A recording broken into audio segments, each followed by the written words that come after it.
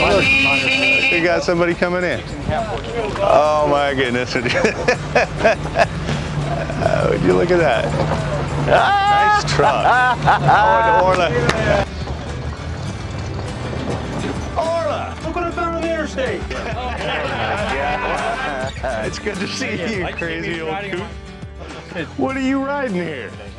This is my new strange love vehicle. Yeah, I know. Dr. Strangelove. This is how a legend shows up. It's sure great to finally get here. I'm glad you're here. It's been a long time. Trails ready? Let's go. We're in business. Damn, it's good to see you. Let's go see the boys. We're at my friend Mark's barn in Kalama, Washington. It's a social event that includes Rokon motorcycles. We have a great time in Kalama, great time at the barn. Mark's a fairly good host, usually has enough beer, and just have a fun time up here. Good social event for us. Alrighty, well let's finish our lunch and then we're gonna have a ride.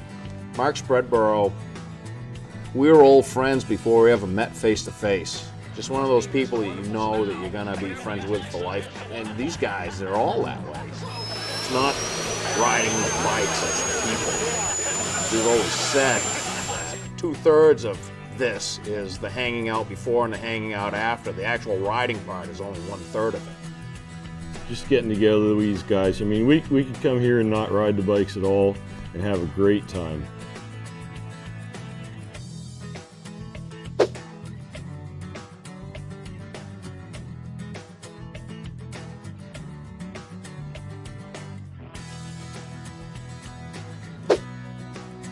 So I don't really think that, you know, size or even your age is going to be something that's in consideration to driving these Rokons. These Rokons do the work for you. Low center of gravity, great ground clearance, two-wheel drive, good traction. I mean, there's nothing better out there on the trails than these things, nothing.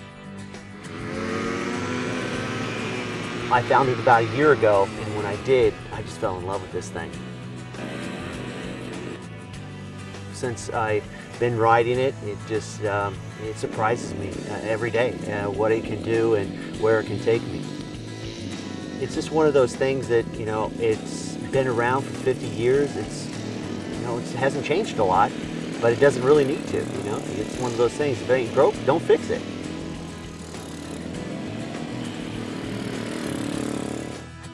We had the car. My dad works for an outfit that takes donated cars and they're going to take it across the scale. We diverted it up onto the hill. Frankly, it's scary because it's slippery and it's metal and trying to get traction and there's a wild transition and a wheelie and then you don't know if the glass is going to be intact. Hopefully we'll just pull right up to it and give it the gas and shoot right over it and not have no problems. And worst comes to worst, we'll spin out and not make it, or we'll go through the windshield and be inside the car. Hopefully everything will be all right. Then there you are and you made it. Woo! I just rode over a car. How freaking awesome is that? If you've ever drove by a playground and you see the feature called the Teeter-Totter, I've always wanted to ride a Rokon over one of those. They frown on that at the schools. So Eli and I went in the barn and we actually fabricated a Teeter-Totter and then went and put it in the woods. Probably the most surprising and most challenging piece out here was that dang Seesaw. It just seems like there wouldn't be much to it, but you gotta time that right and work it right, or it's either gonna buck you off, or you're not gonna make it up and you're gonna end up falling off one side or the other. And there's a lot of potential for personal injury there, which makes it a lot more fun and more interesting. And that way we'll sit there for 20 minutes watching guys attempt it or say they're gonna attempt it, just to see if they wipe out or not. I was this close to not leaving it up, but I'm glad I did because there's some crazy antics on the Teeter-Totter. And I'm glad the guys got a chance to do that because that's not very often that a fella gets to ride over Teeter-Totter. I came into this thing thinking I knew what the Rokon could do. I was sorely mistaken. These things can go twice as hard as I even imagined. You're gonna see a lot of unique characters, but they're as unique as the bikes themselves. Everyone customizes them, and we're rolling with bikes that are 50 years old, and they're still moving up these hills. It's amazing. I got to tell you, these are the ultimate survival vehicle.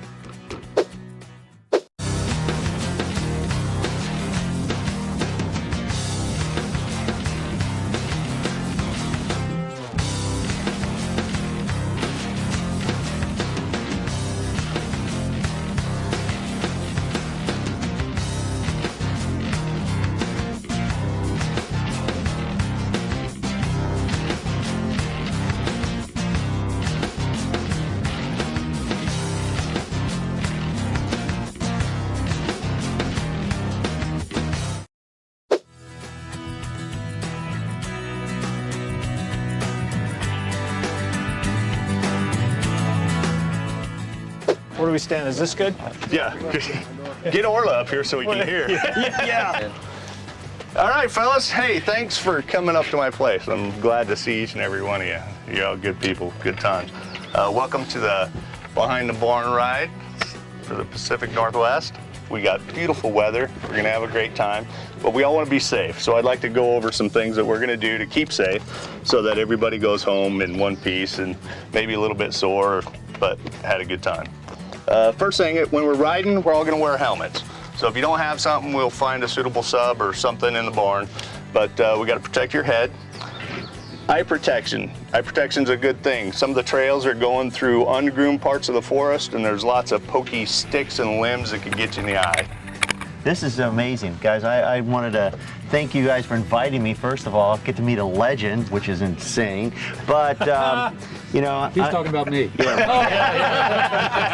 I am just telling you, we take this really seriously, and we're going to win this whole thing because we didn't come here just to go pick daisies. So you just got to watch out. So I'm gunning for you first. Okay. All right, let's do this. Wait, you're going after the old guy? Is that that's your target?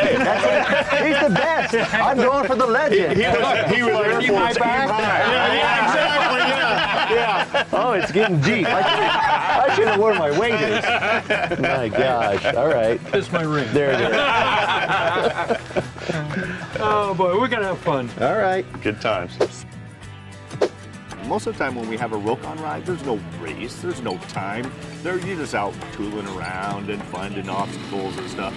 But that really awoke the competitive spirit in these guys, and for some reason there was this mad rush to get to the finish line first. So that meant going fast and blowing past any marker or instruction that was in their head. Chip, Dave, and Bob, they said that they weren't even interested in the competition until you get them on the starting line. Then they jump it, haul ass, go like bats out of hell, banging, rubbing, crushing. It was pretty intense, the level of competition between them three knuckleheads. A lot of them rode until they saw pink, which wasn't immediately after the banner, but maybe 700, 800, 900 yards later, and then they would end up coming the wrong way up the pink. I saw pink and I'm following them. Some of the guys got the direction and went that way. Other guys rode further and found other pink. You got guys coming the wrong way and the different way and the short way, and it was awesome. It was epically chaos. Herding cats. That's cool. It starts off as a competition, but then you get on the trail and you see a guy in front of you that you just want to give him a little push, a little help. Maybe help him with his steering and run him off the trail a little bit. And at that point, it's not really a competition. It's just about fun. And maybe you can give him a wheel, nudge him off to the side, and then get past him, and then you're in the lead, and it's a competition again.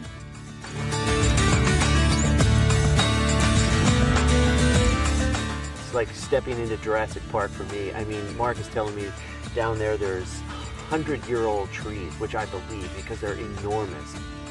The weather here is beautiful right now at this moment, but it could change in a second, and that happened with the rainfall that we had. The guys had slicked up the trails and stirred up all the nice dry dirt. Got a little bit of rain, and now everything was slimy. I would hate to be stuck down there at night. It seems scary to me because I'm from the desert. One of the best parts of the trail is down at the creek. There's a steep cut where you've got to drop into the creek, and the front end of your bike you will actually have to almost dismount the bike, and then it's a faith thing. the front of the bike drops down, and then you've got to gun it and then hope that you land on it square, or else you're going to end up sideways in the creek. I used to think it was about the machines. The machines are interesting, and I think for most people it starts off being about the machines, but then there's only so much you can do with a strange little mechanical mini bike that looks like a crossbreed with a rototiller. Well, they're definitely not built for comfort, and they're sure not built for speed. They're kind of rough on your butt. The seats aren't very good. There's no suspension on the bike. Your only suspension really is the air in the tires. Log crossings are one of the very reasons that I got into Rokons. There's fallen trees all over. Guess what? Because trees grow and they fall down, and you have to get over them. Having the Rokon and being able to climb over that without the use of a winch, without breaking anything, I can go through the woods in a straight line on a Rokon if I wanted to, and I can find a way to get there. Having the time factor where it's a race really escalates stuff to incredible, because now guys are not merely just trying to cross the log and get across. Now they have that frantic mind race win thing, and that leads to some good times. The great thing about having a place like this is, and having a Rokon, is you can actually use it for what it's worth. I had to deviate from my normal paths of travel to make some challenging stuff and some new paths. I added a lot of technical aspects that I thought would maximize the usefulness of the bike. Some of that entailed just going through horrible thickets of branches, steep, muddy inclines and around stumps and down into creek. I actually had to go find mud holes that were oh, that's going to be a great spot for a trail. Oh, I don't want to go down there. Oh yeah, that's where we're going with the trail. The trails were marked well, but they weren't marked well enough for me. And I got turned around, and I'm riding the blue trail the wrong direction, and then I'm riding the yellow trail the wrong direction, and thought I was winning, and pretty soon everybody's coming straight at me. Wrong way, Bob. Always. It's tough to turn around on a little narrow trail and get going the same way as the rest of the fish, but I did my best, did what I could, and tried to get back in with the group. I don't know if cheating helped me or hurt me. It seemed to hurt me.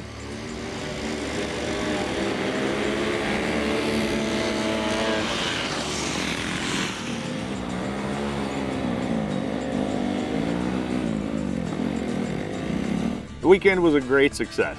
It took months and months of preparation to get everything lined out, and it really paid off. I sent home a crew of happy guys that had a great weekend, and that was really worth all the work.